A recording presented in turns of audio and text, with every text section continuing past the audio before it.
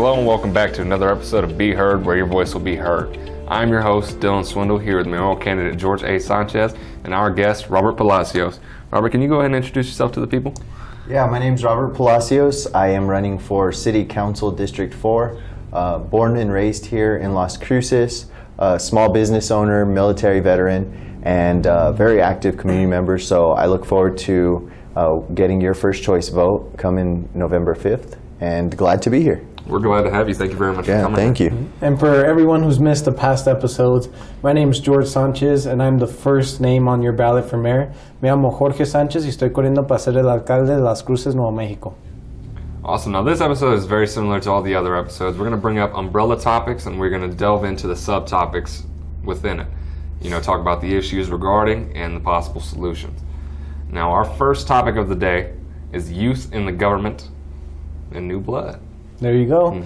Yeah, so the reason I brought Robert on here is because I feel like we need to start changing up our city council. We need a whole new generation, which is actually your slogan, right? Yeah, building the next generation. There you go. And I feel like the way we build it is by letting the next generation actually in the office and begin taking on these tasks and these issues, because these issues are going to affect our tomorrow. So that's one of the reasons I had you on here. And also because you're an amazing candidate. I 100% support everything you're going after, and I would love to be able to work with you when you're on there. Thank you. Yeah, really building the next generation is on many levels. It's not only putting leaders in the positions that influence our city policies and what's happening, but there's leaders helping nonprofits. There's leaders, entrepreneurs opening up new business. And so there's a lot of old money in Las Cruces, and we got to start building up the business owners and the economy. So Absolutely. Exactly, and I feel like what I've heard a lot is it's just the same old people that are up there, and that they want some new blood, they want some fresh faces. And that's one of the reasons I support you, because I feel like Las Cruces is very old styled, and what we need is a new modern approach to a majority of the ways we do things here. We really have no startup companies beginning here, like rarely there is. And I support 100% people that do startup companies, but when you're young and you try and do your own company or create your own company, you really have no support from the older generation, and that's a problem to me. And I feel like we need to begin supporting more people that are younger and trying to get things done. Right. Now, I would say that regarding you both, you're both relatively young candidates. Would you say that, especially in our local scene, you were talking about, it's a lot of old money, and you know, it's a lot of things that are old. Would you say that it's combative to you for being young? for me, not at all. I've talked about celebrating our retirement community. You know, I'm not ousting them or saying that they're not part of our community, but definitely growing and stepping up to the plate. And you know, I congratulate you, Jorge, as a young candidate in moving forward and building up our next generation. Thank you. And I feel the same way, and I've learned, at first I knew it would be an obstacle. Is the biggest obstacle was my age at first. But once you learn to embrace it, and you can build off the ideas you have, because like our last episode was called We Relate, because a majority of the issues that are pretty much happening in this whole world, we're inheriting them. Our age has the biggest mental health problems, highest suicidal rate. We're inheriting the climate change. Our generation is the one that's getting all these problems, so we're the ones that need to step up. And I explained that to a lot of the older generation, and they agree, because they know a lot of the older people really haven't been able to get a lot of these issues done, and that's why we're inheriting most of these problems. Yeah, and while I've been door knocking, we're a Hispanic community. And a lot of the people that are in our community have been here for a long time. It's generational. I'm a fourth generation Las Cruces. I live in my great-grandparents' house. And so what I'm hearing is, and my message is resonating, because I'm communicating with them saying, hey, where do your children live? No, you're right. They moved to Nevada. They moved to Texas, to California, because the job opportunities aren't here. We're going to New Mexico State, educating ourselves, and you're coming out and you're like, man, what do I do? I just got a degree in biology. What am I going to do with biology in Las Cruces, you know? So it's figuring out what we're doing in our education system and building an industry and an economy in Las Cruces to support that. And a lot of people are doing it by opening up their own business. But if your business can't survive, what good is it? Exactly. And bring that up is, if we start supporting our youth as well, we can create things where our young talent, because a lot of people, like you said, they get their degrees and then they right away they leave to Texas, they leave to Colorado, they leave to Arizona. They just pretty much leave Las Cruces, and that's why we're not building that economy that we can have. That's why we're not getting the startups that we can have, because we're not supporting it. We're not bringing in these ideas, and we're not pretty much backing them up when that's what we should be doing. You and I, on a previous episode, we kind of talked a little bit about that. As rather than having people leave Las Cruces, we want them to have a reason to stay here and to come here. Now, what do you two think are essential, foundational blocks for kind of fostering that kind of community? So for me, I'm calling 2020 the year of business. So it's building business, supporting startups, getting things going. And another thing on students coming out of New Mexico State, they are staying here, but then they find themselves working at some chain, and they're not using their degree, they're just doing whatever's in our community. And that's not okay either. But yeah, let's build the year 2020 year of business and stimulate that growth. And I'm not talking about bringing in outside resources. It's creating an economy in Las Cruces, bringing in and providing incentives to outside business to come to Las Cruces, but building and creating jobs for the workforce that's already here. And exactly what we need to do is we need to bring businesses that fit the degrees that we're giving out here. We don't have a lot of these businesses that fit the degrees that these kids are getting. And I feel like me personally, what I want to do, and we talked about on, I think, one of our early episodes, is I wanted to do something at the convention center where it's kind of like they give out their ideas, their inventions and all that, and we bring a lot of investors to come see, kind of like a Shark Tank theme thing. And I know they've done that once or twice at NMSU, but if we were to do that every 3 or 6 months and invite all types of people, not only to bring their inventions, but bring their business ideas and get them investors and show them that we do support them, that'll make a major difference in their mindset. Yeah. Now, bringing the topic back to youth in government, you in particular, you're quite young to be running for mayor, and for you to win would be monumental in terms of breaking down that barrier between, the younger generation in politics. So, what do you think, that people here in Las Cruces can be doing now, the younger generation, to be getting involved? Because, you only vote, once every couple of years, so what can they be doing, regularly to be involved? Staying active in the community, not only in politics, but we had a climate change rally, I think about 2-3 weeks ago, and there was kids from 4 to 12 years old that were missing school to show their support for climate change. It's things like that if we stay active, we still push out a message on our mission and what we need to get done, and politicians will hear that and they will, I'm pretty sure, get something done about that. And that's one reasons I brought you, because I know you're very open-minded, and I know working with you on the city council, we could for sure get something done together. And that's the kind of things we need. We need people that are open-minded, but a lot of time our government's very closed-minded and they follow agendas when we're not supposed to follow agendas. We're supposed to push this city forward. Yeah, it's very important for the youth to have a voice, and like Jorge said, to be active. And that's really where I saw an opportunity and decided to run for city council. Is the more active I became, the more I saw a need for a young voice, strong leaders. And it's not self-serving. I'm doing it to show more so the next generation that you can do what you set your mind to, and you can do it in our community. Absolutely. And you running for councilman, your boots are on the ground. You know what I mean? You're representing an area, and they come to you. So how do you think, given that you're going to be the one that most of these people are fielding their ideas for, how would you say the best way for them to reach you and, have that discussion with you would be? Yeah, it's staying out in the community. Through my campaign, I've had events, asked the community to come out. And it's, as a councilman for that district, to continue to do that, is keeping that open door, that venue, that route of communication, where people feel comfortable approaching you, and it's sitting at the table where I don't think we're doing it enough. The business community right now they're crying out to the city, and I still don't think the city is handling it properly. Oh, well, we have these boot camps. Oh, we do this for business. But it's not working. When you have such a large population of the community, specifically business owners, saying this isn't working, we have to listen. And what impresses me about this kind of power duo here is that given that you're such a young mayor, you're going to have to surround yourself with people who can guide you in things that you're, just uneducated in. We're all human. We have, those kind of lapses, and being around someone such as him, it's important for you as a mayoral candidate to be well-rounded in these kind of things. So yeah, and I'm not afraid to ask questions, because that's a big thing. Like, I don't know everything. I don't have all the answers. Right. And hopefully we get a city council that's diverse enough that has the answers.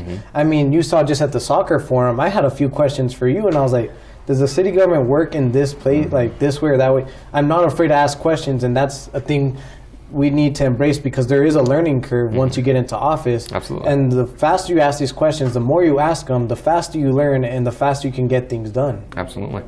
Now, do you two have any final notes on youth and government, or any final things you want to say about that? Being young isn't a disadvantage. If anything, it's an advantage. You have some vision, you have ideas, and the motivation to move the city forward. And like Jorge said, it's not about having every answer. Right. It's about having a vision and using your resources. Right. And that's also part of what I'm doing, is being able to provide resources and educate the members of the community and saying, hey, this is what we have that supports you. And if we don't have it, let's figure out whether it has to be a government project, whether it has to be a private project, or a public-private partnership. So. Gotcha. Exactly. And to me, I feel like having youth in the government is an advantage, because I feel like the world keeps moving forward, but Las Cruces stays the same. Why? Because we have the same people in the government, and there's nothing wrong with them, but we need new voices, we need new ideas, we need a new vision, and the only way we can move that along and push it forward is by putting in someone in office that has a new vision. Absolutely, and the office has to evolve. Yep. And, getting someone who's youthful is important to do so. Now we're going to move on to our next topic, which is local economic development. What do y'all have to say about that? Yeah, I feel like we have a big problem here in our economic development, because a big problem in it is the permitting process. That is a huge problem, and that stops a lot of the businesses from wanting to come here. When I've heard people say in Phoenix you can get a permit in 24 hours. Here, I'm going to put this as an example. My business, we bought the lot August 2018, and we are yet to open to the public because of inspections. We have a very low staff on inspectors, and then the permitting process takes forever. That is one problem that we need to tackle right away. Gotcha. And you yourself are also... Yeah, so I had a little bit easier time, because the facility I moved into is zoned properly, and we just had to do a fire inspection, and everything went well. So I had a little bit easier time. But from going from ground up to foundation to structure, that's a whole nother process. And a lot of times, too, you're getting different inspectors. So one will come in and inspect and say one thing. You get another inspector, and then you get a whole different story. Gotcha. And so that's the issue that I've heard at hand when people are trying to do more than the plug-and-play type of business, where you're trying to start something from the ground up. Gotcha. Yeah. Now we're going to continue this topic after the commercial break. Now thank you for tuning in thus far. Make sure you come back after the commercial break for the remainder of Be Heard, where your voice will be heard, with mayoral candidate Jorge Sanchez and our guest Robert Palacios. Thank you very much, and we'll see you soon.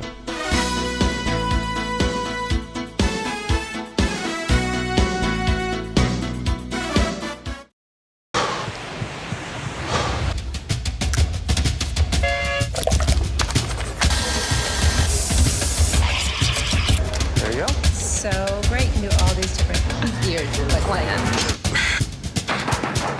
Okay. Nice.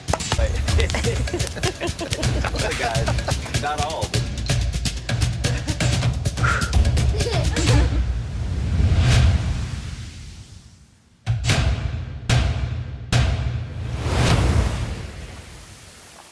Hi, I'm Jorge Sanchez, and this November I'm going to be the #1 name on your ballot for mayor, and hopefully I'm your #1 choice as well. I plan on revitalizing Las Cruces into the self-sustained insourcing economy it can be. I plan on hiring the educational system and lowering crime. But at the moment, this is all a plan, but you, the citizens of Las Cruces, can make this idea come to life. So don't forget to watch me on the Candidates Forum on the Las Cruces Channel Facebook page, Mondays at 10 p.m. Thank you.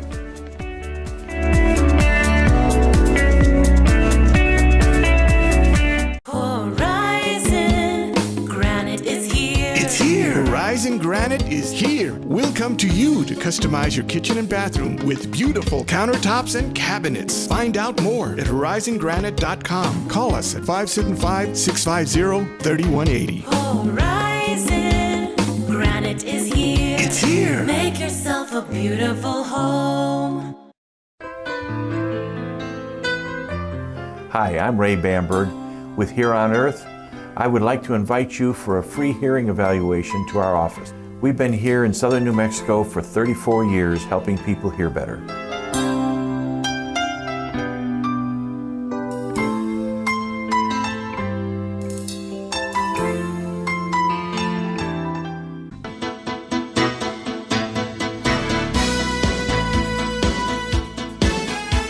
Hello and welcome back to Be Heard, where your voice will be heard. I'm your host, Dylan Swindle, here with mayoral candidate George A. Sanchez and our guest, Robert Palacios. Now, before the break, we were touching on economic development, and I apologize to you both, but I'm going to move us on to the next topic. I know y'all were hot and ready, but I'm moving us on. Diversity in the council.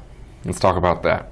To me, that's a very important topic, because what I would want on my council or on our council is a very diverse group. I want of all ages, of all races, of all different views, so we can work together to get something done, right, and follow no agendas. At that point, we're just doing what's best for the city. Right. I've seen it happen. I jumped on a school board for La Academia. It's a charter school here in town. And we have a really good mix of individuals, and we really stepped up to the plate and have done a lot for the school since we took over, and I'd love to see that happen on city council. You know, not to say we have the worst city council, not to say we have the best city council, but I think the city as a whole is excited and ready to move forward, and that gets me excited. You know, I'm ready to go. Absolutely. And you know, Las Cruces in specific, we call the country a melting pot, and Las Cruces, I think, does a pretty good job of reflecting that in terms of, you know, civilian diversity. Yeah. But in terms of the office, I think, especially in the council, we should reflect that kind of melting pot and, you know, have all these different viewpoints coming from different, you know, prejudices and stuff like that. So how do you think we can mobilize all these diverse people and get them interested in, you know, participating in office? Well, first, it's us, the elected officials. We have to be open-minded, and we have to be open to hearing out all these people and all their different ideas. I mean, it's not our city. It's the community city. Right. It's everyone's city. You know, we all live here. We all should have our voice heard, which is why my slogan is "Your voice will be heard," because we will make sure that we will listen to as many people as possible. I would love if more citizens went to the city, would go to city council meetings, and then me and you would be able to work with them a lot easier. That would get us so many more different viewpoints, and we can pretty much make more people happy at that point. Yeah, we have a responsibility to engage and activate the young voice. We have to call on them to go out there and vote and get to the polls, because that's how we're going to make a difference. It's really the older community that goes out and votes in these elections, and you can see it's what influences our politics. But building the next generation, we have to get our generation engaged and active. Absolutely, and I think that's kind of a common conception of, you know, elected officials, is that, you know, they are these power figures, but really, I mean, they are elected officials. Exactly. You we represent work for the people. Exactly. Yes. And it's important, you know, as elected officials, and you both seem to be doing it quite well, to make it known that you are here to be the voice for the people you represent. You being the entire, you know, city, and you being your district. So I think fostering that kind of helping relationship amongst the community is certainly a difficult task at hand for the both of you. Yeah. How do you think that you two can accomplish something like that? Well, we need the way we see it is he's not only going to represent his district, because when we do these votes, a lot of the times they affect the whole city. Right. Because he can do something beautiful for his district or bring up an idea, and if we pass something like that, the whole city is going to know about it, because we're not the biggest city, you know? Not, yeah. And we're all going to feel the effect of this brand new park being put in, or this new business, you know? So that's the way we need to see it, is these council members, yes, they have to be voted in by their district, but they are not representing their district. You guys are representing the city just as much as the mayor, pretty much, because y'all have the same exact vote that he has. So we need to get the people more involved in politics, like you said, the youth, because they have to know that we're the ones that are going to listen to them and hear them out and get these things done for them. We're here to serve the city. And that may be moving the council meetings to after hours, but the city as a whole has to come out and communicate what they want from the city council, from the mayor, because that's when things are going to change. It's not just one member of the community saying, well, it should be after 5.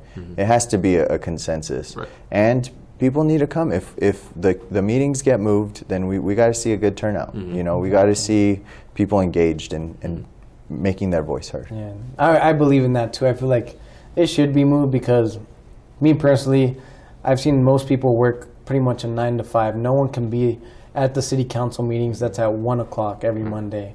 If we were to move it maybe every Monday at 6:30, that's a lot more easier of a time for people to actually be able to get there and let themselves be heard.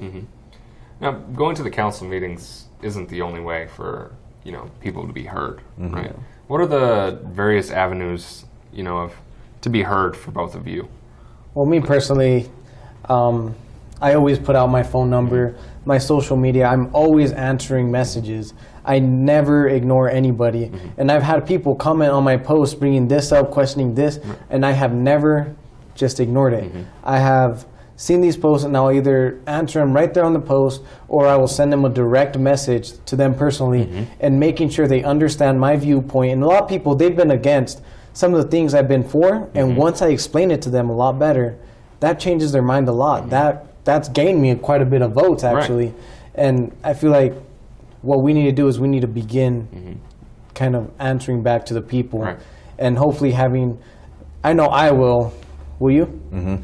Exactly, because I've seen some city officials right now where people cannot get in contact with them. And we're in the era of technology, and we have to learn how to engage and communicate with the Las Cruces community in ways that we're not utilizing right now. You know, I signed up for the email blast for you choose different departments and stuff, and there's a lot of emails. But when we're on social media, are you sitting there reading text and text? No, it's videos, it's pictures, it's communicating. So, you know, maybe a weekly update on District 4 and City Council. As councilman, I could sit there and do that, you know, or as mayor, you can give updates. Got you. Word. All right, well, we're going to move on to our next topic. Do you have anything final to say in regards to this one? Yes, I want to let the people know that me personally as mayor, I prefer if you guys would please vote in, no matter what district you're in, vote in people that are open-minded. Nobody that follows a certain agenda. Please vote in people that are open-minded, because the only way we can get things done as in a city council is if we're open-minded and we work together. You? All good? I'm good. All good. All right. All right, we're going to move on to our next one, which is, and we touched on briefly as we were discussing the previous topic, council meetings. Okay, what are the issues regarding that, and how can we, you know, come to remedy those? Yeah, we just spoke about that. Me personally, what I would want to do is I would want to move it to a later time where it's easier for people to get there, because a lot of people, I personally can't make it at 1 o'clock. That's kind of rough for me, you know, in the days where you got to be working. And if we were to move it at 6:30, where a majority of cities do have it at that time, and that's why most other cities have more people making their voice heard, because more people are able to actually make the city council meetings. Yeah, the rebuttal to that is saying it's they stream it Facebook Live, or you can stream the city council meeting, but really making a difference. And from what I've seen attending meetings, it's being able to go up and give your input on an issue, on something they're voting on in person. You know, if the social media feeds were monitored and those questions were given to the council members, that would be one thing. But the power is being able to go in and voice your opinion in person. Yeah. Just having that direct line of contact with you know, the council members and the mayor. Well, I think that's an important note to touch on. I think a lot of the youth you can find them to be very inactive in politics, because they often don't feel the effects of a policy. You know what I mean? Especially with, you know, high school seniors that are, you know, have just become of voting age. Like, what reason do they have to go out and vote when nothing they have seen has really affected them?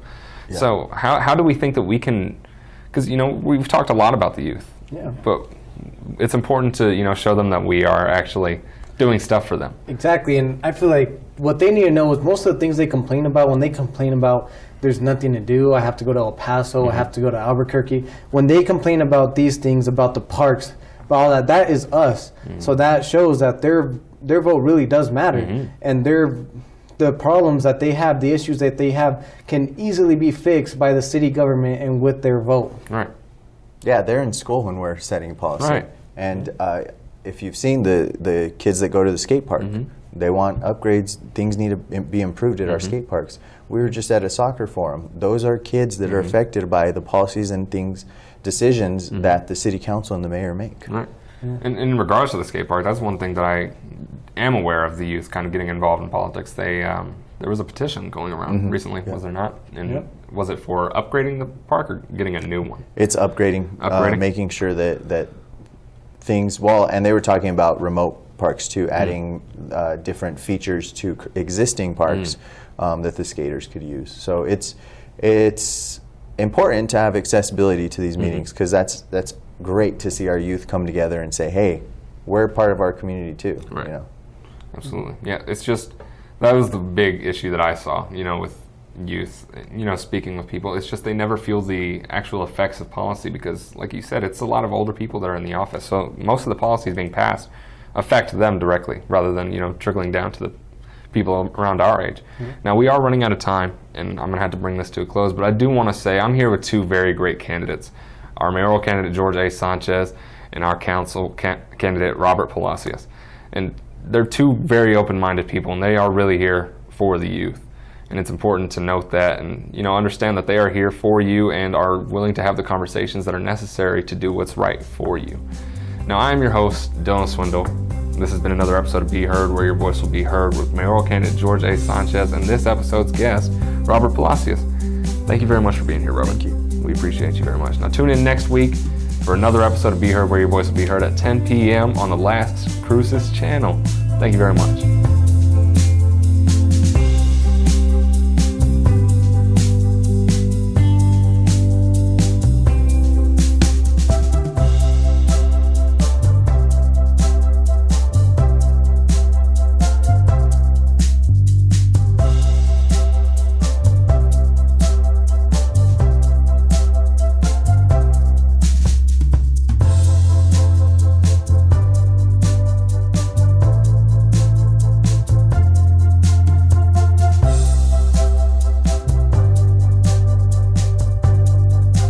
I am Jorge Sanchez, mayoral candidate, and I approve this message. Esteban Olivas, Treasurer.